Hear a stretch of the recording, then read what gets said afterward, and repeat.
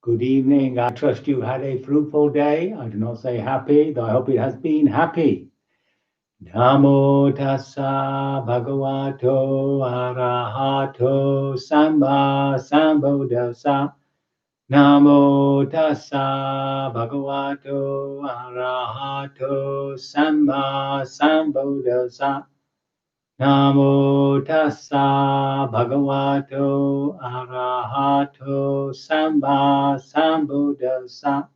Homage to the Buddha, the blessed, noble, and fully self-awakened one. Just before we carry on with the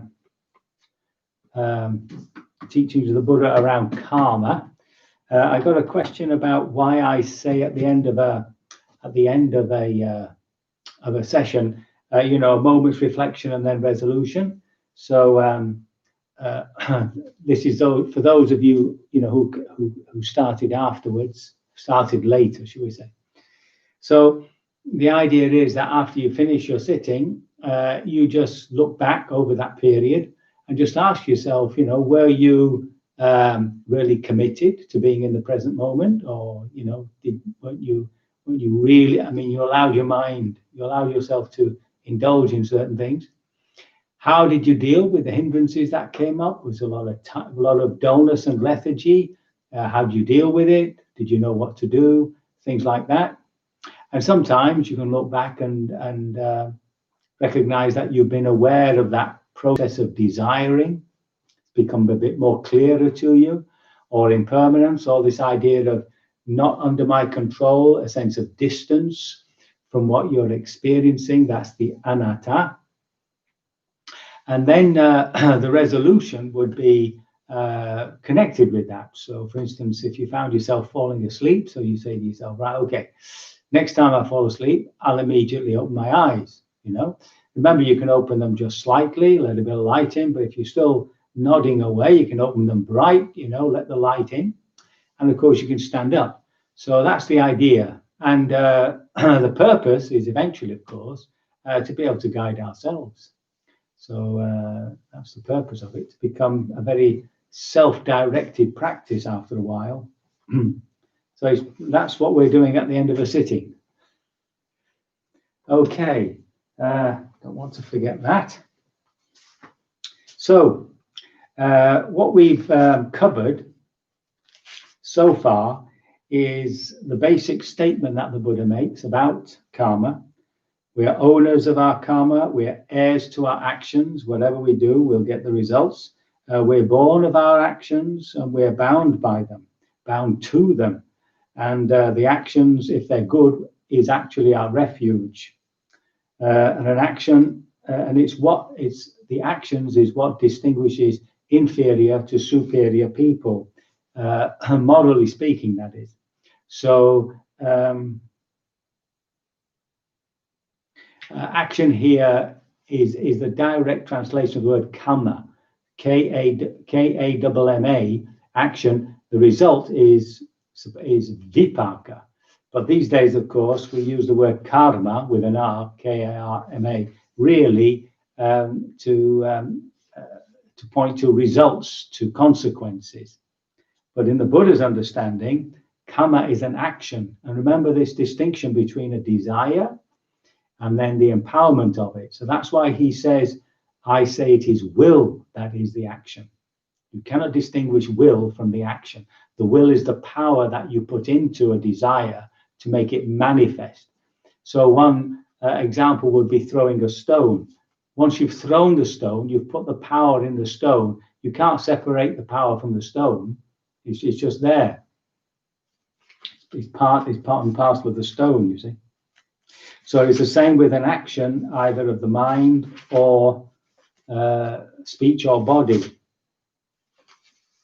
Hold on, I'm losing my place here. So that was the first thing. Now, conjoined with that, we have this idea that not everything that happens to us is the product of our personal karma. I mean, it's pretty obvious, really. Just a natural law, the law of genetics, and basically what we end up with through birth of our bodies, the way the brain's structured and everything.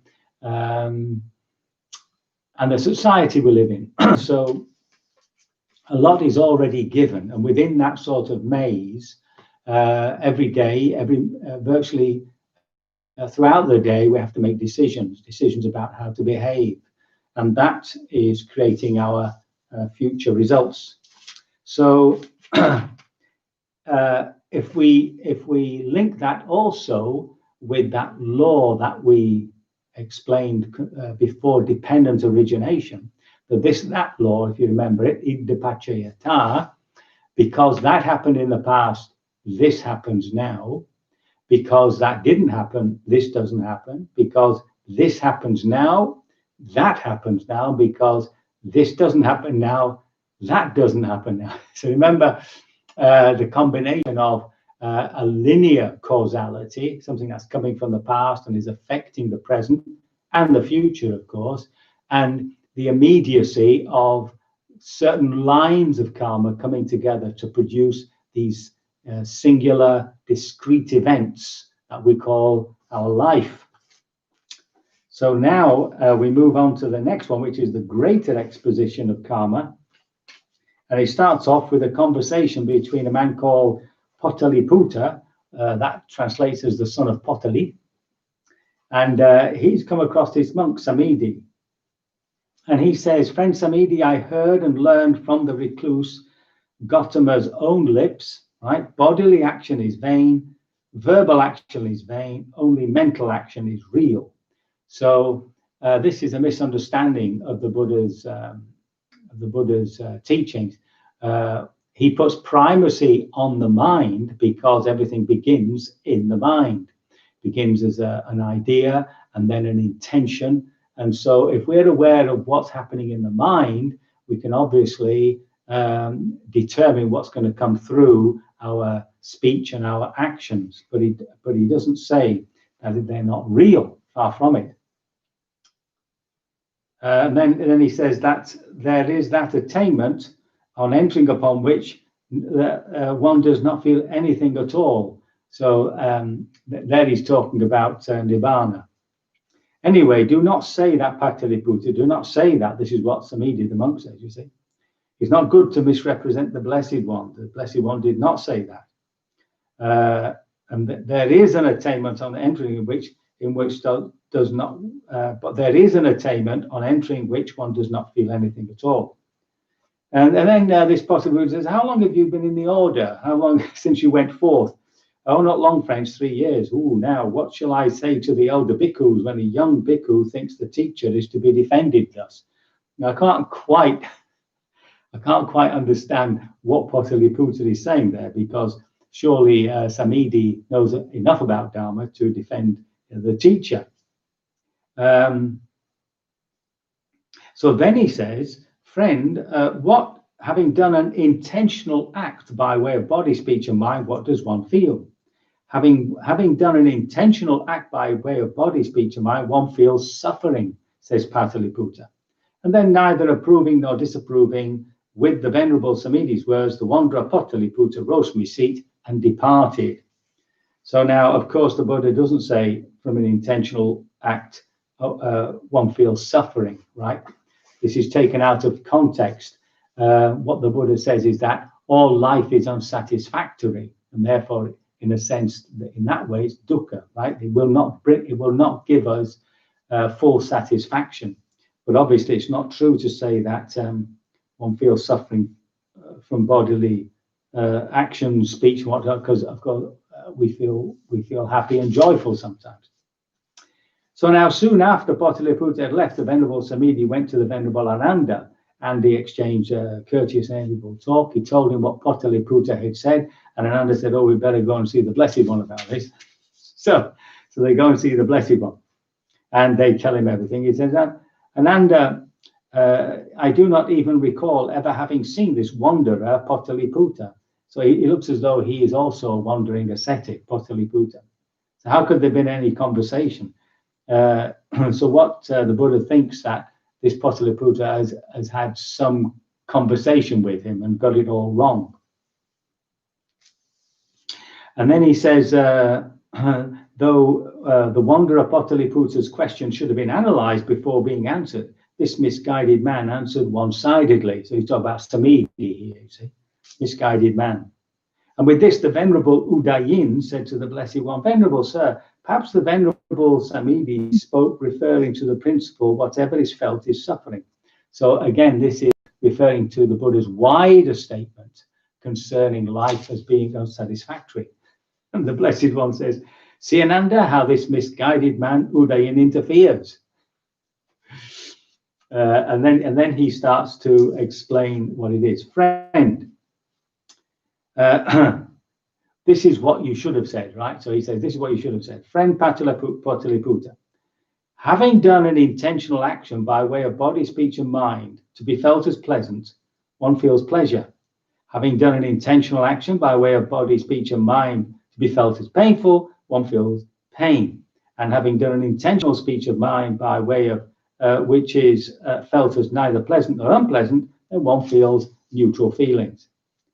But who are these foolish, thoughtless wanderers that could understand the Tathagata's great exposition and action? So it sounds like the Buddha's showing off here, like, you know, who are they to understand what I have to say? So anyway, then he's asked to expound on his teachings, and he says, attend closely to what I shall say, Ananda. So he says, yes, I will. Now, he says there are four, this is the basic opening statement. There are four kinds of persons. Here, some person kills living beings, takes what is given, misconducts himself in sensual pleasures, speaks falsehood, speaks maliciously, speaks harshly and gossips, covetous, a mind of ill will, and holds wrong views. On the dissolution of the body after death, he reappears in a state of deprivation, in an unhappy destination, in perdition, even in hell. But such a person who does this can also reappear in a happy destination, even a heavenly realm.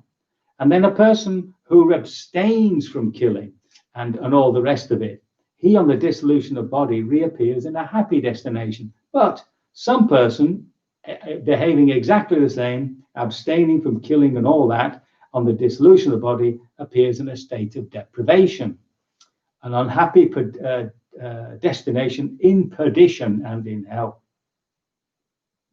So now he says, Ananda, by means of ardor, endeavor, and devotion, diligence, and right attention, there are some recluses and Brahmins attain such concentration of mind that when the mind is concentrated with the divine eye, meaning that they can see beyond the physical sight, which is purified and surpasses humans, the human, he sees the person who has killed living beings, etc., etc., and he sees that on the dissolution of the body, they reappear in a state of deprivation, state of hell.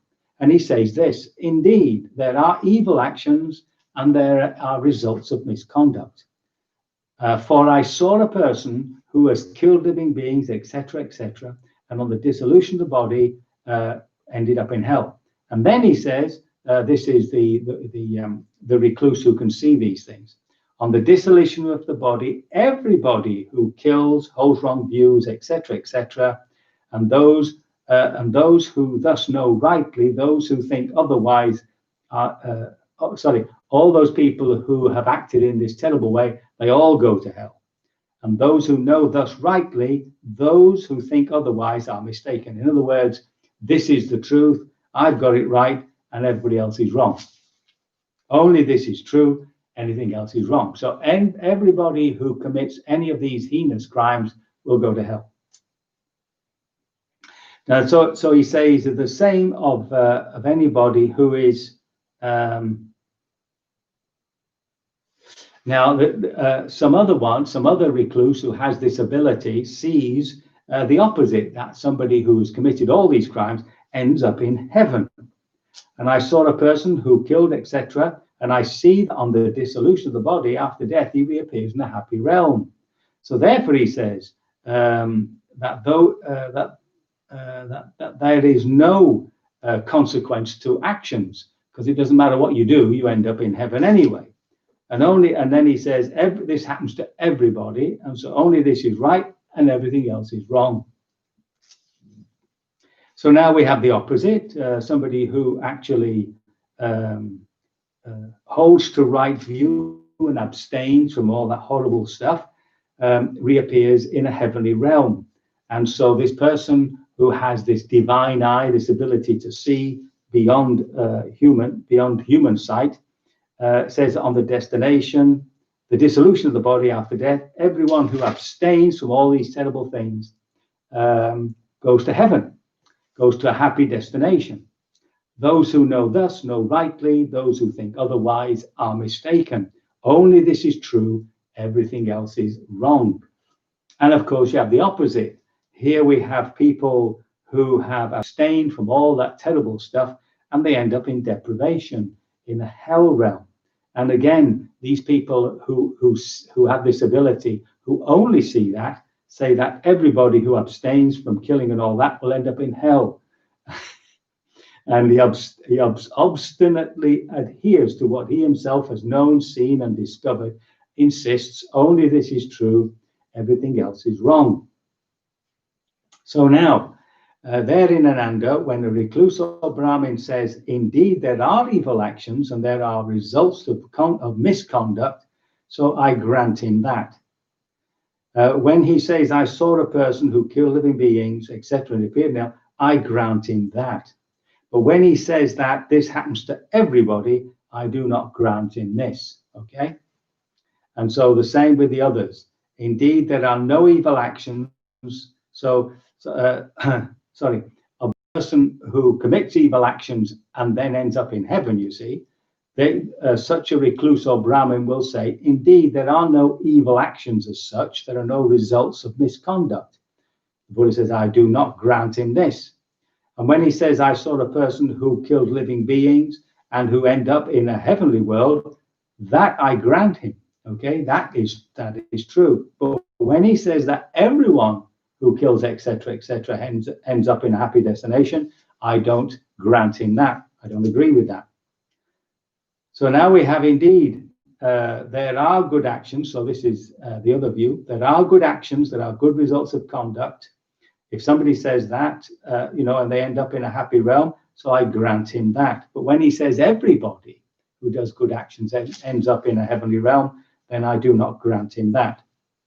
And it's the same with the other one. When they say, indeed, there are no good actions and no results of good actions, because whatever you do, you end up in hell. So I don't grant him that. And this isn't true. And when he says this is true for everybody, of course, I don't grant him that. Okay. So what's the teaching here? There in Ananda, as to the person who kills living beings and holds wrong view on the dissolution of the body, deprivation, etc., goes to hell. Or either earlier he did an evil action to be felt as painful, or later he did an evil action to be felt as painful, or at the time of death he acquired and took wrong view.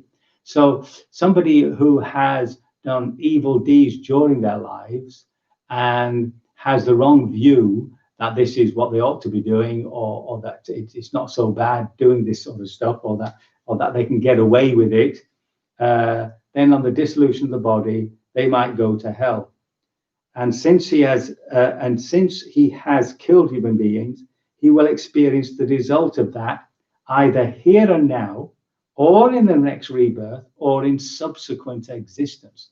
So what the Buddha is saying is, when we have done some action, you don't actually know when the result will come through, right? And so in terms of even in this life, a thief might think he's got away with it, but then the everlasting elastic hand of the law finally finds him, and he's put in jail as an old man.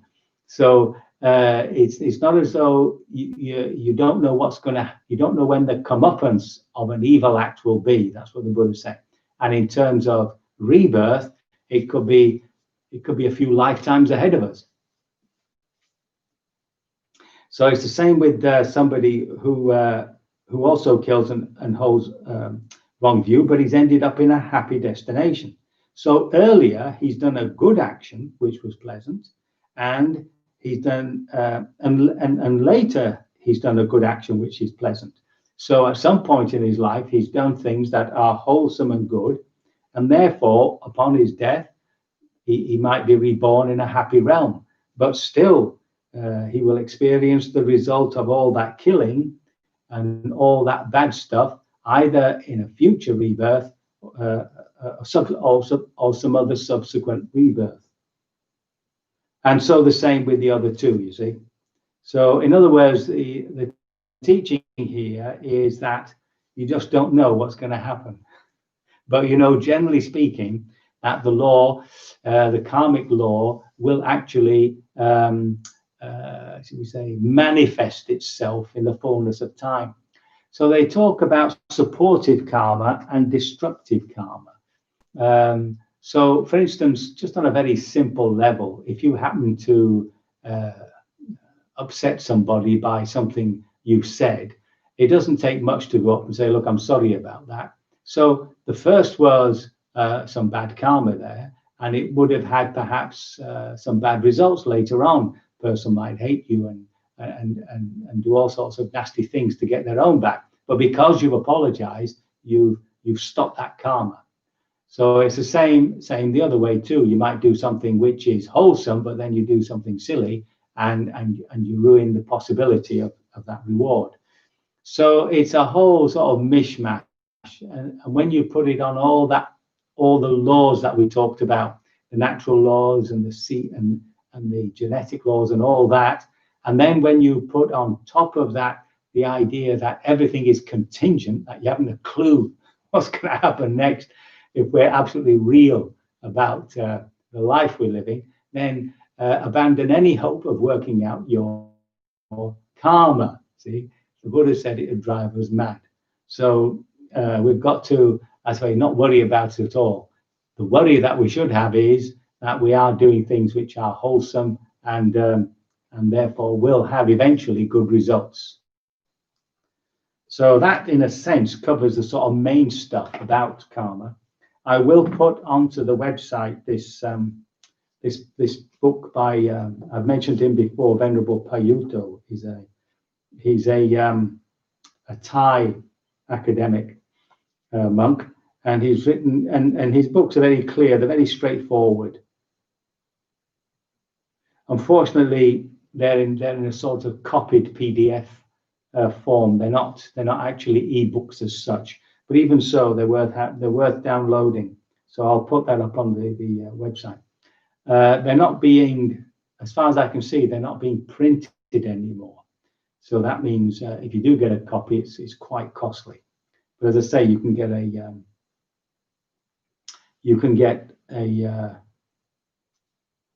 PDF downloaded. So those I'll put that up onto the website.